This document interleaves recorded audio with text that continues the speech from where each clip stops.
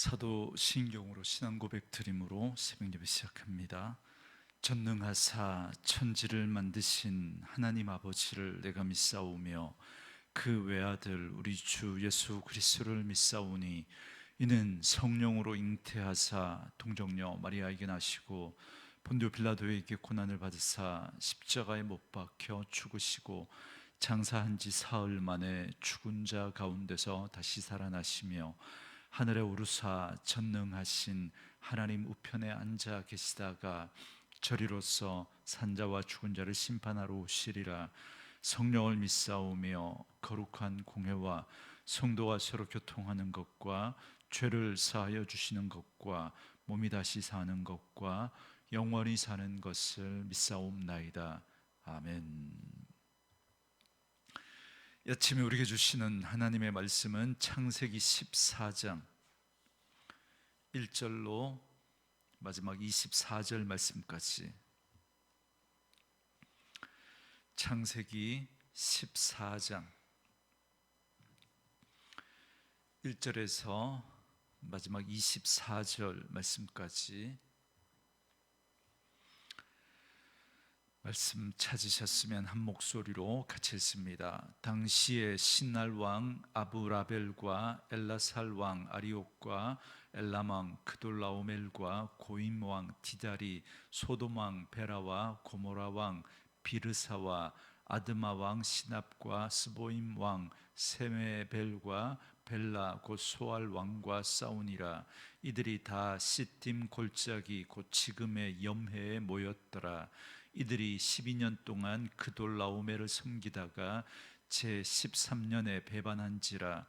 제14년에 그돌라오멜과 그와 함께한 왕들이 나와서 아스드롯 가르나임에서 느바 족속을 함에서 수수 족속을 세워 사회 기다다임에서 M 족속을 치고 호리 족속을 그 산 세일에서 쳐서 광야 근방 엘바란까지 이르렀으며, 그들이 돌이켜 엠미스밭 곧 가데스에 이르러 아말렉 족속의 온 땅과 하사손다말에 사는 아마리 족속을 친지라. 소돔 왕과 고모라 왕과 아드마 왕과 스보임 왕과 벨라 곧 소알 왕이 나와서 시딤 골짜기에서 그들과 전쟁을 하기 위하여 진을 쳤더니 엘람 왕 그돌라오멜과 고임 왕 디달과 시날 왕 아므라벨과 엘라살 왕 아리옥 네 왕이 곧 그 5왕과 맞서니라. 시딤 골짜기에는 역청 구덩이가 많은지라. 소돔 왕과 고모라 왕이 달아날 때에 그들이 거기 빠지고 그 나머지는 삼으로 도망하매, 네 왕이 소돔과 고모라의 모든 재물과 양식을 빼앗아 가고 소돔에 거주하는 아브라함의 조카 롯도 사로잡고 그 재물까지 노략하여 갔더라. 도망한 자가 와서 히브리 사람 아브라함에게 알리니, 그때 아브라함이 아모리 족속 마므레 상수리 숲을 근처에 거주하였더라. 마므레는 에스골의 형제요 또 아넬의 형제라. 이들은 아브라함과 동맹한 사람들이었더라. 아브라함이 그의 조카가 사로잡혔음을 듣고 집에서 길리고 훈련된 자 318명을 거느리고 단까지 쫓아가서 그와 그의 가신들이 나뉘어 밤에 그들을 쳐부수고 다메섹 왼편 호바까지 쫓아가 모든 빼앗겼던 재물과 자기의 조카 롯과 그의 재물과 또 부녀와 친척을 다 찾아왔더라.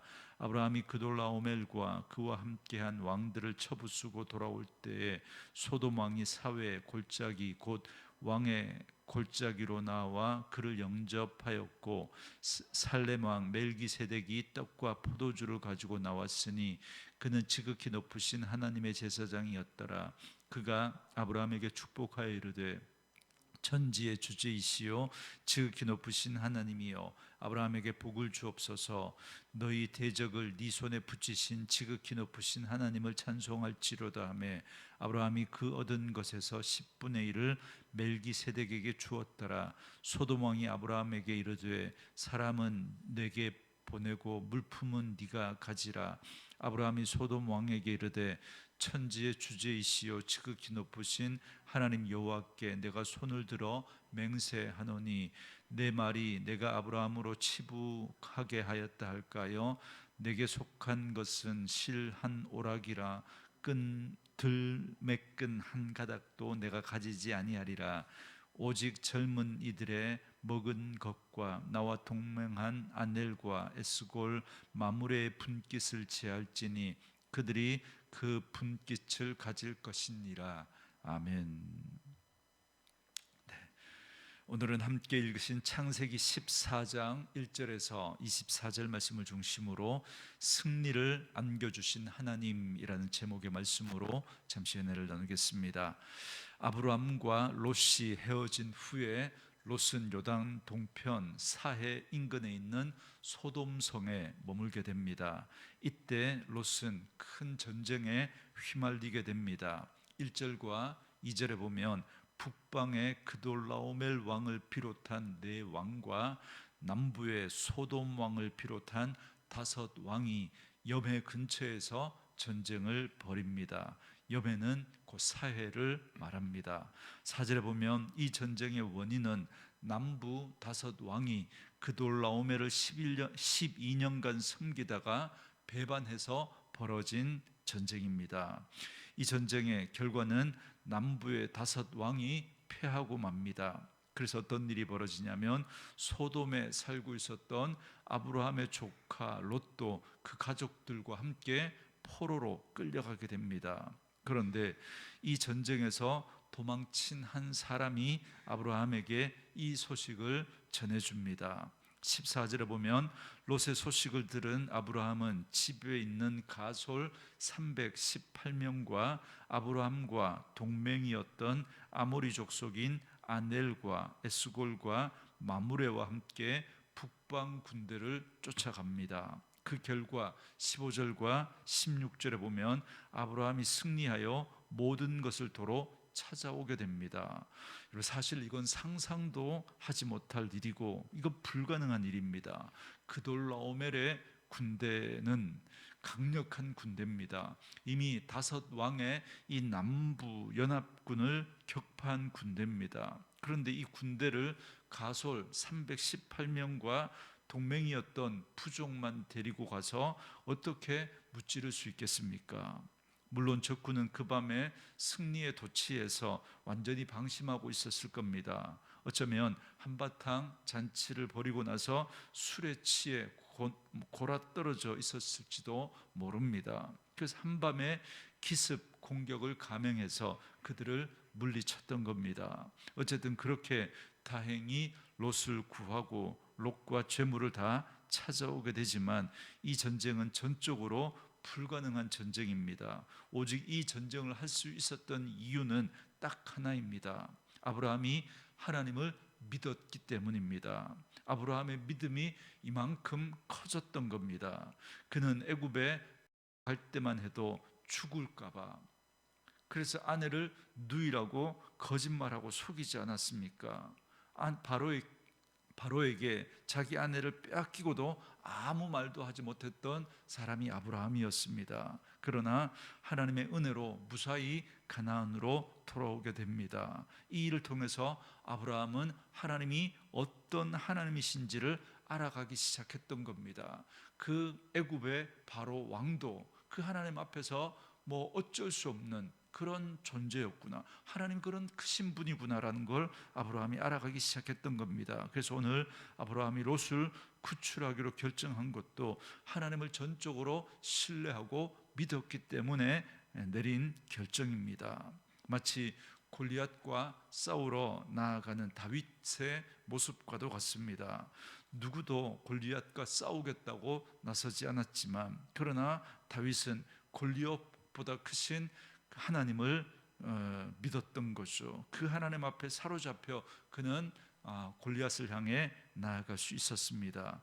이러한 다윗과 같은 믿음, 또 아브라함과 같은 믿음의 길은 결코 현실만 보면 갈 수 없는 길입니다. 그러나 골리앗보다 더 크신 하나님을 경험했고 위대하신 하나님을 경외하기 때문에 다윗은 물맷돌만 가지고 나아갈 수 있었고, 아브라함도 그 조카 롯을 구하기 위해서 그 믿음의 선택을 할 수 있었던 거죠. 마찬가지로 우리도 이러한 믿음으로 때로는 어떤 선택을 하고 결정을 내려야 할 때가 있습니다. 이런 결단과 믿음이 없다면 우리는 깊은 믿음의 세계로 나아갈 수 없습니다. 자, 이렇게 믿음으로 행했더니 어떤 일이 벌어집니까? 17절과 18절에 보시면 아브라함이 그돌라오멜과 그와 함께한 왕들을 쳐부수고 돌아올 때에 소돔 왕이 사회 골짜기 곧 왕의 골짜기로 나와 그를 영접하였고, 살렘 왕 멜기세덱이 떡과 포도주를 가지고 나왔으니 그는 지극히 높으신 하나님의 제사장이었더라 그럽니다. 아브라함 때문에 가장 수지 맞은 사람이 소돔 왕입니다. 아브라함은 그가 빼앗긴 모든 것을 찾아서 돌려줍니다. 그래서 그는 친히 아브라함을 마중 나옵니다. 그리고 살렘 왕이라는 멜기세덱이 또 나왔습니다. 본래 소돔 왕이나 살렘 왕 멜기세덱이나 아브라함을 알았겠습니까? 한 번도 일면식도 없었을 겁니다. 아브라함은 가나안 땅에 찾아온 이방인에 불과하지 않습니까? 그러니 어떻게 가나안 땅의 왕들이 아브라함을 알아봤겠습니까? 그런데 지금 하나님이 아브라함에게 약속하셨던 네 이름을 창대케 하리니 너는 복이 될지라 라고 약속하신 그 하나님의 약속의 말씀이 성취되어 가고 있는 겁니다. 아브라함은 본래 전혀 알려지지 않았던 사람이었습니다. 그런데 한순간 전쟁에 끼어들었습니다. 승산도 없는 전쟁이었지만 믿음으로 조카 롯을 구했습니다. 그래서 이 소돔 왕을 비롯한 가나안 왕들이 놀랐던 겁니다. 아브라함은 한순간에 이 가나안 일대의 유명 인사가 되었던 겁니다. 아브라함이 믿음의 결단을 가지고 죽음을 무릅쓰고 뛰어들었더니 이런 결과가 이루어진 겁니다. 이처럼 아브라함은 죽음을 무릅쓰고 믿음으로 결단하여 조카 롯을 구해옵니다. 그러자 이제 비로소 아브라함을 통해 하나님의 언약, 하나님의 약속이 조금씩 드러나고 성취되기 시작하는 겁니다. 그래서 소돔 왕이 놀라며 아브라함을 맞이합니다. 그리고 살렘 왕 멜기세덱도 나와서 아브라함을 축복합니다. 19절과 20절에 그가 아브라함에게 축복하여 이르되 천지의 주제이시오 지극히 높으신 하나님이여 아브라함에게 복을 주옵소서. 너희 대적을 네 손에 붙이신 지극히 높으신 하나님을 찬송할지로다 하매 아브라함이 그 얻은 것에서 10분의 1을 멜기세덱에게 주었더라 이렇게 말합니다. 멜기세덱은 아브라함을 축복합니다. 그는 살렘 왕입니다. 예루살렘 왕인데 갑자기 불쑥 튀어나옵니다. 그런데 그의 행동은 왕이라기보다는 제사장과 같습니다. 이 멜기세덱에 대해서는 히브리서 6장 20절에 보면 예수님이 멜기세덱의 서열 반차를 따라 이 땅에 오신 영원한 대제사장이다 이렇게 말합니다. 이 말씀은 지금 아브라함을 찾아온 예루살렘 왕 이 멜기세덱은 예수님을 예표하는 인물이라는 말입니다. 그래서 아브라함이 믿음의 싸움을 싸우고 승리의 개선 걸음으로 돌아올 때 땅의 왕 소돔 왕과 하늘의 왕 살렘 왕이 마중을 하고 있습니다. 마치 땅과 하늘의 권세를 지금 아브라함에게 보여주고 있는 놀라운 장면이 바로 이 장면입니다. 그래서 아브라함은 감격해서 자신이 취한 재물의 10분의 1을 드렸습니다. 그리고 아브라함은 소돔 왕의 것들은 사람은 물론이고 재물도 다 돌려줍니다. 23절에 보면 소돔 왕의 것으로 치부하지 않겠다 이렇게 말합니다. 이는 아브라함의 성숙한 믿음을 보여주고 있는 겁니다. 아브라함은 이제 하나님만으로 족하다라는 것을 지금 세상 왕에게 선포하고 있는 겁니다. 세상이 주는 것 바라지 않고 세상의 것 가지고 살지 않겠다라고 하는 그 믿음을 지금 보여주고 있는 것입니다. 그러므로 오늘 본문을 통해서 아브라함의 성숙한 믿음이 드러나고 있습니다. 아브라함은 믿음으로 왕들과의 싸움에 뛰어들었습니다. 그러자 놀랍게도 이 일을 통해 하나님의 권능이 드러나고 하나님의 약속이 성취되어 갑니다. 이를 통해 아브라함은 더욱더 하나님을 의지하게 되고 하늘의 것을 바라보는 더욱더 성숙한 믿음의 삶으로 한 걸음 한 걸음 더 나아가고 있는 것을 보여줍니다. 오늘 우리도 아브라함처럼 믿음으로 모든 일을 감당해야 할 것입니다. 우리는 믿음의 선한 싸움을 싸워야 합니다. 그러면 하나님이 반드시 우리와 함께 하시고 우리를 도우십니다.